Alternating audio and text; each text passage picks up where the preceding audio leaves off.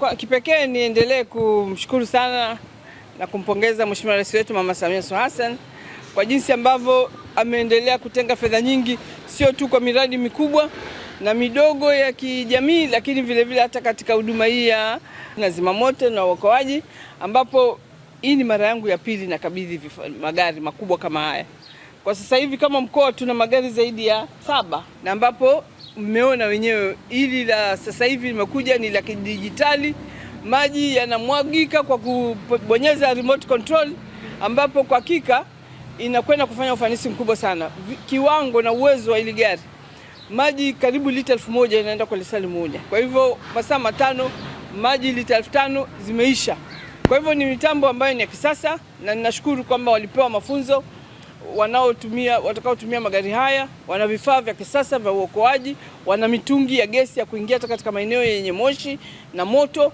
Kwa hivyo tumejipanga vizuri sana kuhakikisha tunaondoa madhara au adha ambazo zinatokana na moto. Mimi niwaombe wananchi wa mkoa wa Tanga, sasa hivi kumekuwa na desturi ya watu kusafisha mashamba kwa kutumia moto. Naombeni sana wananchi, tusafishe mashamba kwa kufyeka, kwa kulima, sio kwa kuchoma moto. Sio tu tunaharibu uoto wa asili, lakini ni hatari kwa nguzo zetu za umeme, ni hatari kwa miundombinu mingine ambayo iko kule. Kila atakayemuona mwenzake anachoma moto atoe taarifa. Ni kosa la jinai kuchoma moto ambao utapelekea kuunguza vifaa mbalimbali na miundombinu mbalimbali. Tuwapunguzie wenzetu kazi ambazo sio za lazima. Lakini majumbani unapotumia pasi, amua umezima. Unapochoma udi sijui ama unafujifukiza kwa kutumia udi wa umeme, hakikisha umezima, umerudisha kila kitu pale pake. Unapopika, hakikisha umezima, umechomoa moto kwenye umeme.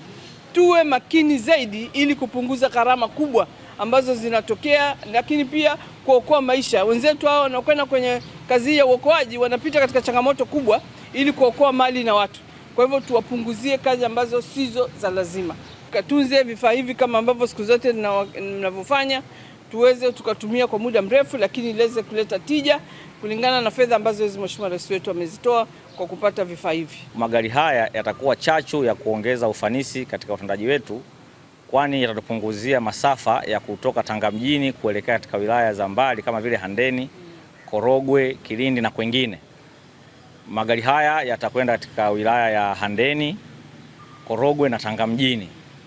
Tunashukuru sana serikali ya awamu ya 6 kwa kuona haja ya kulinda mali na maisha ya Watanzania, hasa wananchi wa mkoa wa Tanga. Na upatikanaji wa magari haya ni kuelekea siku ya wazimamoto duniani ambayo inaadhimishwa kimataifa siku ya tarehe 4 mwezi wa 5.